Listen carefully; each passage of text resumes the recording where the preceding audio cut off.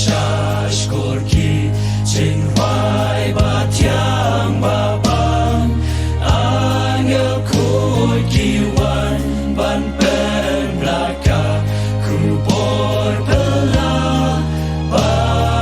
thiang Christmas makam nos man kanom ki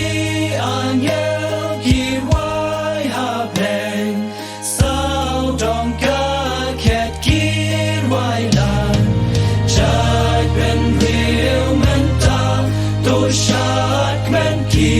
real koi baro to yak man ki jing tao baro to ya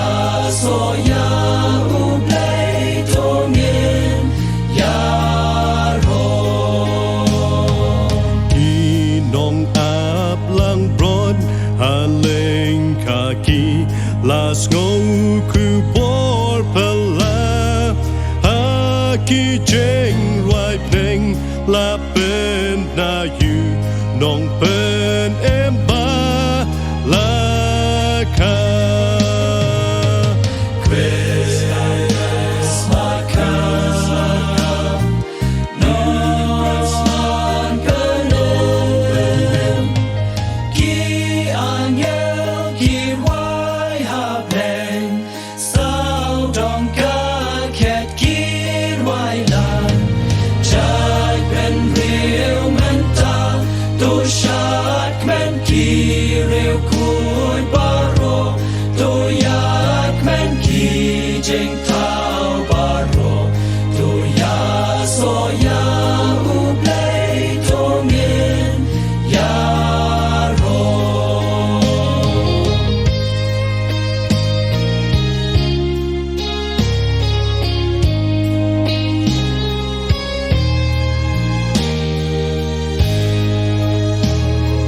Ki angel ki dam ki ach no ka jing pen em krao ka ni ya jing it ba ki pet leng no kim chu yo I ka ni Christmas makam nos man kanom ki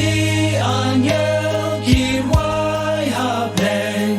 sao dong ka khet ki wai